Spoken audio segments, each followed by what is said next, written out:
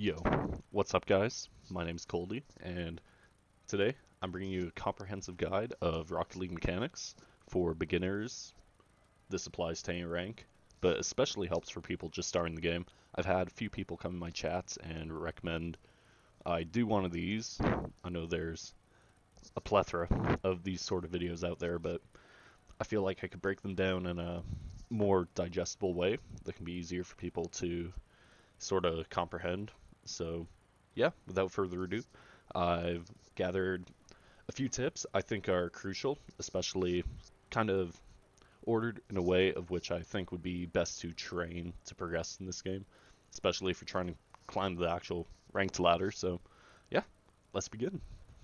Okay, and also to start off, um, big thing I'd recommend doing is going to your settings, going to control, change binds, and binding arrow left to whatever button you use drift for.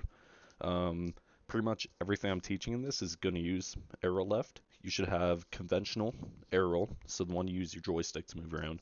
You should use that on whatever button you have brake on, because you're not braking and air rolling at the same time ever. So unless you're in a flip reset, but that's a completely different thing.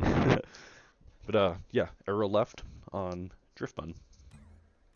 Okay, first thing we're going to cover is general recoveries. Recoveries are super important. You'll watch a lot of people who start the game, say they go for a play, hit the ball, they'll hit it, they end up on the wall in awkward position, and they just don't know what to do with their car. You know, for example, it'll land down here, or land weirdly like that, and they kind of just flop around. So the best way to train these, in my opinion, is get used to whenever you're coming off the wall, you want air roll to have your tires like that. Same with whenever you're landing from an aerial or something, if you're like this, just orientate yourself so your tires always hit the ground, because you can't drive when you're on your roof. Another great tip I have when you're doing that is you always want to practice wave dashing. I'm sure pretty much everyone knows what wave dashing is in this game, but you want to land with the back two tires like this, and then you want to flip forward. This can be done backways, to the side, to the other side, and to the front, which is the most common one you'll be using. So you'll use these when you need to gain speed. Say you have no boost, you'll flip, wave dash, you'll see the trail, you're up to supersonic and you've used no boost. Off the wall every time. You want to do that for the extra momentum gain. Another great thing to do, whether you just finish an attack and it doesn't go in, or you are defending and your last man back needs to save a shot, going through the net like this and just getting used to flopping down and wave dashing like that. Great recovery. You can do this the opposite way as well, just for a fast turnaround. You're not going to be commonly using that, but it's great to have in your arsenal in case you ever do have to. There's definitely been, over the years, hundreds of chances that I've been able to go for those, and having it in my arsenal has saved me. Okay. It needs not be said, but power slide whenever you land, no matter what you're doing, always be holding power slide. Say if you're going up to the roof and you don't power slide, it's going to kill your momentum like that. So if you go up to the roof and hold power slide, you slide powerfully, hence why it's called power slide. But any sort of landing on the wall, on the floor, on the ceiling, anything, you want to be using power slide. Name of the game is to carry momentum, and that's how you carry your momentum. This is going to be a little more advanced, some of these, but they are useful to learn eventually. The next one is zap dashing. Say if you need to gain a bit of extra speed, say maybe after a speed flip, you want to zap dash. How you do that is after you land the speed flip, you want to land with your front two tires down, and it'll flip you backwards, if that makes sense. If you're interested in wall dashes or zap dashes in specific, it's probably best to look up a little more comprehensive tutorial on that. But basically the main theory of it is after you do a flip, you land on the ground, front tires, boom, and then that'll get you up to supersonic always after a speed flip. I guess while we're on the topic, an actual speed flip is just going to be a normal diagonal flip, but you want to rip your stick the complete opposite way. So if you're diagonal flipping to the left, you want to rip your stick back down to around 4 or 5 o'clock, and it should make your car kind of stall out, do some weird motions. Then you just want to add a bit of air roll at the end. I always hold air roll left. You can do it with conventional air roll. I recommend getting into the habit of using your actual directional air roll though for most of these things. And yeah, that's just really good to know. Wall dashing, if you're curious, I'm not the greatest at it, evidently, but it's basically a very quick succession of 2 taps at a time, and you're going to hold your joystick, say if you're on the left wall here, you're going to hold your joystick to the left, so to 9 o'clock. If you're on the right wall, no, it would be, sorry, doesn't matter the wall, matters the direction, you know, and this way would be opposite, so this would be 3 o'clock. I'm holding it, and then you just want to tap in quick succession. I'm not good at this. I've forfeited many goals because I cannot wall dash properly. It's not essential to learn unless you're obviously SSL, but yeah, I guess the last sort of recovery we can go over is a pogo recovery. So say if I'm coming to the backboard and I need to get off it quick, you can pogo. Obviously, there's better ways to do this, but something to look into. It can help you, but yep. Anyways, before we move on, I totally forgot about the half flip. I assume pretty much everyone watching this knows how to half flip. Just in case anyone doesn't, it's going to be the exact same theory as a flip cancel. Whenever you backflip, you're pulling your joystick to 6 o'clock, you know, on your 6 o'clock if you picture a clock right behind you. What you're going to do is just rip your joystick to 12 o'clock, cancel it, and then air roll. Very simple, very versatile. You know, you can end up actually using these, you know, to chain dashes together if that's your thing, but very useful. I'm not going to spend any longer on it. I assume you all know what a half flip is. Okay, next we're going to move into dribbling. So dribbling theory is getting the ball on top of your car, be able to control it. The best way to set up a dribble, especially when you're learning, training.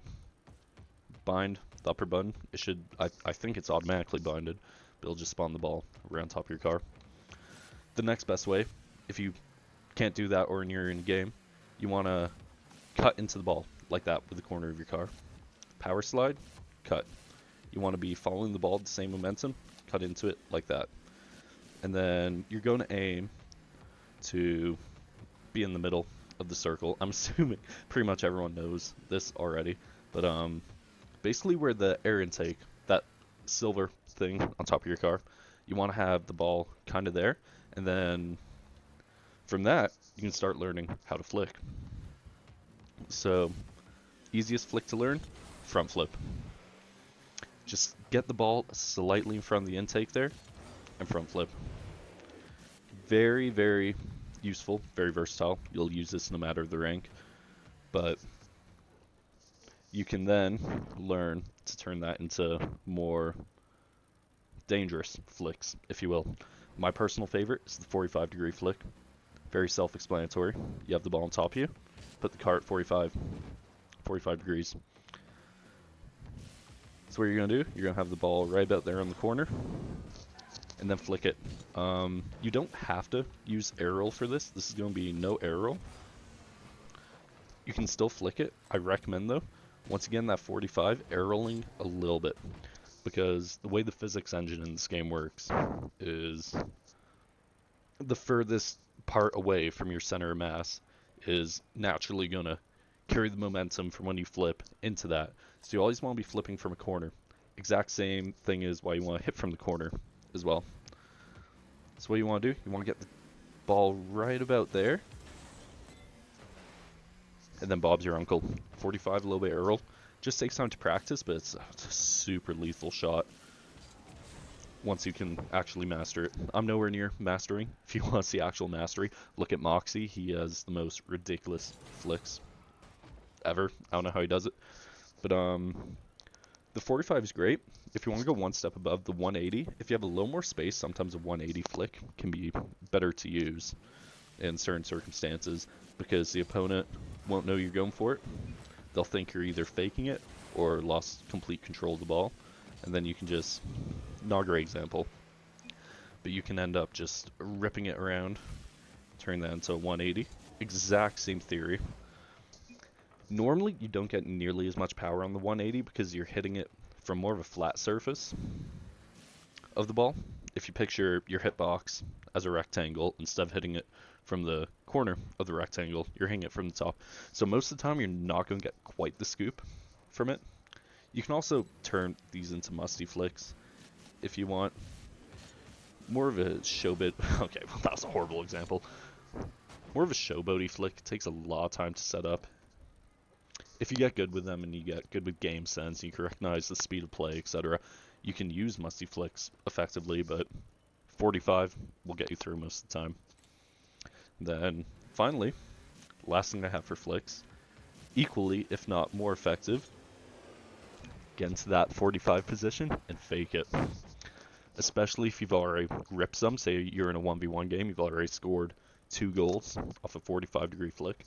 Fake the next one, it's almost guaranteed to force them to jump, and it'll be a free goal. Yeah. Anyways, that's pretty much all there is I can think of for flick theory. We'll move on to airdrop. Okie dokie. Now for the juicy part. The part that pretty much everyone suggested this video for is how to actually set up and perform an air dribble. I'll try to break it down in a very easy way. There's 4 steps to an air dribble. There's going to be setup, distance, pop, finish. So I'll walk you through them. So actual setup. Most of the time when I see people learning these, especially in training, they'll be going straight for the mid boost there, and they will go and angle like this. It can be good for learning. You're building a bad habit though. Whenever you set up an air dribble, the proper way to do it, you always want to be going at an angle. So you want to angle it towards the net you're trying to score on. What are you going to do? This little curve here on the wall. The ideal place to pop it up is right at the pinnacle of this curve, if not a little bit more. So that's going to allow you to be able to actually pop the ball out to the net. A lot of issues people have with these is they will be following the ball. They don't distance themselves. They end up just doing that. That's not threatening. If you try to jump for it, you're probably going to miss it. If not, you're going to get a bad touch. Going to go in the back of your net. So, the ways to avoid this, and a very good way to learn how to do these, is pop it. Don't do anything. Don't do anything. Do that a few times. And also, I didn't mention, but you need to distance yourself right there from the ball.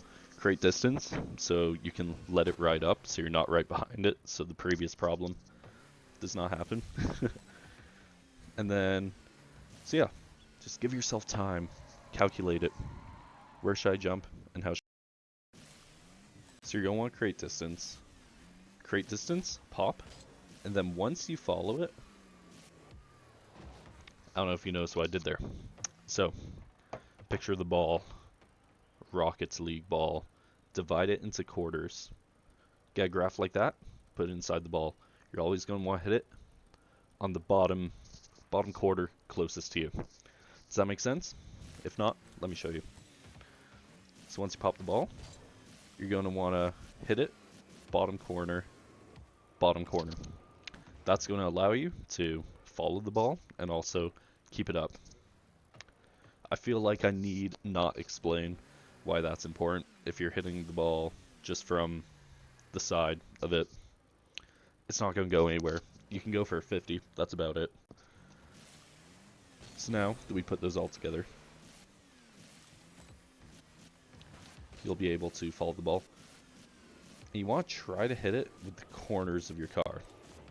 Just like that.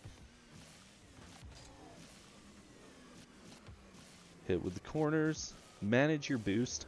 It all takes time to get used to, obviously. But Just keep trying. If you can hit it flat like that, but especially when you're learning, I'll do it without arrow. So arrow out, go for the bottom corner of the ball.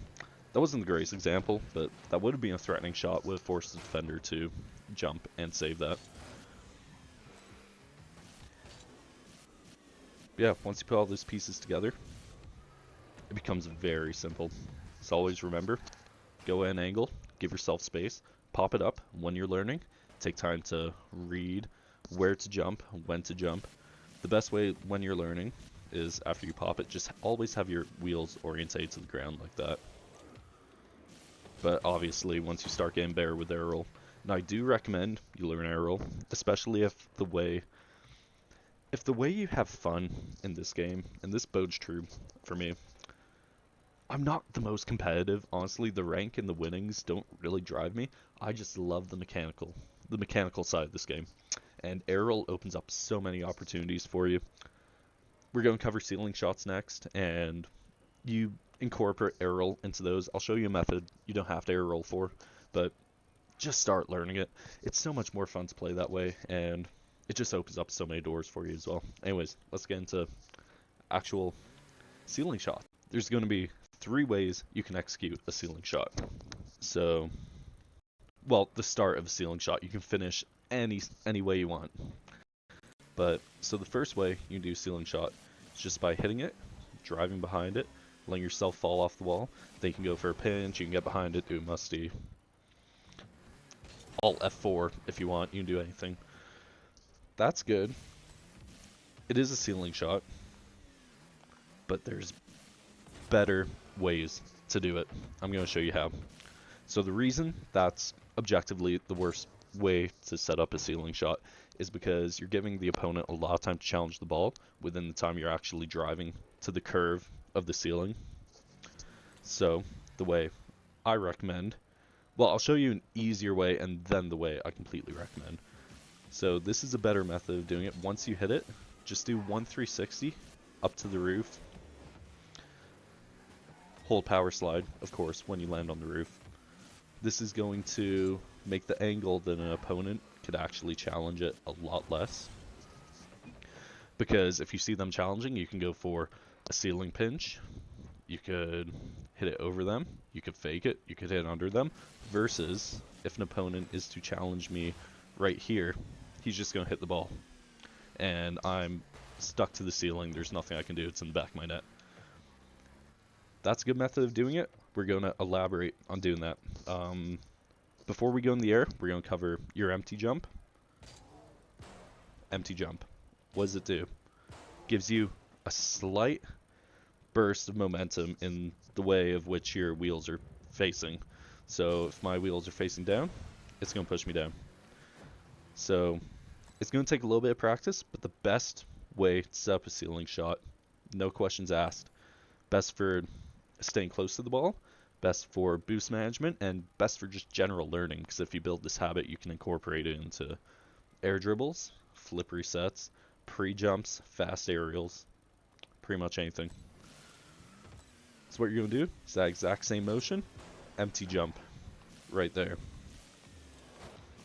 Now the reason you do that is because versus going up without empty jumping, you almost always spend a little more boost doing it that method. If you incorporate the empty jump, you don't have to spend any extra boost. No extra boost at all. And then, if say you want to start trying ceiling musties, well, this isn't the greatest setup, but musty, just a backflip. It's not hard at all once you learn to orientate yourself in the air. And yeah, that's pretty much it for the ceiling shot theory. I could cover normal fast aerials, pre-flips, stuff like that. Very self-explanatory when you're in training. You see the ball, just try to pre-flip, hit the ball. Try to pre-flip, hit the ball. I mean, so good for many defensive plays like that. For instance, if I didn't have boost, I could get to it. Defender would have scored otherwise. Yeah, just excellent to train. I was about to call it quits for the video. I feel like I should cover fast aerials, just for the hell of it, in case anyone's curious. So, normal aerial, single jump, boost up. It's good. You'll get to the ball. You're going to burn a hell of a lot more boost than you do if you fast aerial. So what is fast aerial? Most of the time, I'm warning you, when you're going to first start learning these, you're going to backflip a lot. You're going to look like that. What you do is, ideally, you're going to be boosting through this entire process. I'll do it without boost, firstly. So you're going to jump, and then use that empty jump we were talking about. Do that all while boosting. You're going to want to be at an angle kind of like that when you empty jump. And it'll just give you that little extra burst of speed. And that's fast aerial. Thank you guys so much for watching. I hope this helped any of you who are interested in this. I presume the vast majority of you already know most of this, but hopefully it helps you reinforce some good habits. I don't know. I'm obviously not the best player myself, but I hope this is just a easy to understand, sort of short, bang, bang, bang way to explain some mechanics. Should we do flip resets? Let's do flip resets, why not? Everyone's going to be asking for it. It is time for the single most notorious mechanic in this game, the flip reset. I'm going to break it down for you in a pretty easy way to understand. So what you're going to do for flip reset, exact same setup as an air dribble. Just like that. Then you get flip reset. Thanks for watching. I'm just joking. So we're going to incorporate the same theory we did into the ceiling shot. I'm not going to be using the empty jump for this, because I think the best way to learn is by not doing the empty jump, actually. Just practice that for ceiling shots, honestly. It's a lot more useful in ceiling shots anyways. So what we're going to do is the second way I was saying to do the ceiling shot. You're going to try to aim for 1-360 before meeting the ball. What's going to happen is you're going to go for the reset, 1-360, meet the ball. Now it's going to look a little like, okay, well you didn't explain that well. And the reason it looks like that is because I do a weird motion with my car right there. I know I didn't get the reset, but so what that motion is I'm air rolling and then I rip my joystick back to 6 o'clock. It'll take practice, obviously, but with enough practice, it'll almost become natural. You do 1-360, rip it back, you get your reset. And whenever you're going for a reset and obtaining a reset, it's almost best to get it at the bottom corner of the ball, right there. So as you can see, you can convert that into either a musty, a fake, you can hit over, you can hit under. It's the beauty of a flip reset. You can do almost infinite things with it once you get it. I'm not playing the best right now. Horrible examples of actually doing it. Maybe I'll put some clips in the video of some better resets, but you can go for ones like that. It's an Arsenal reset. I actually didn't get it there. That's crazy. And the one thing I'm going to mention, you can find more in-depth tutorials about this. I'm just mentioning it because I know people are going to say it. Something that helps a lot is holding the brake button. Once you get your tires onto the ball, I'll show one without hitting brake. So I do my 1-360. That was without holding the brake. Not bad. You can learn to control it. If you're not used to resets, you might find an awkward position there. So what I'd recommend is hold reverse once you obtain the reset, and it'll create distance from the ball. Horrible example. I should really redo this, but I gotta go for dinner anyways. But yeah, any questions? Anything I missed? There's definitely a lot of mechanics I missed.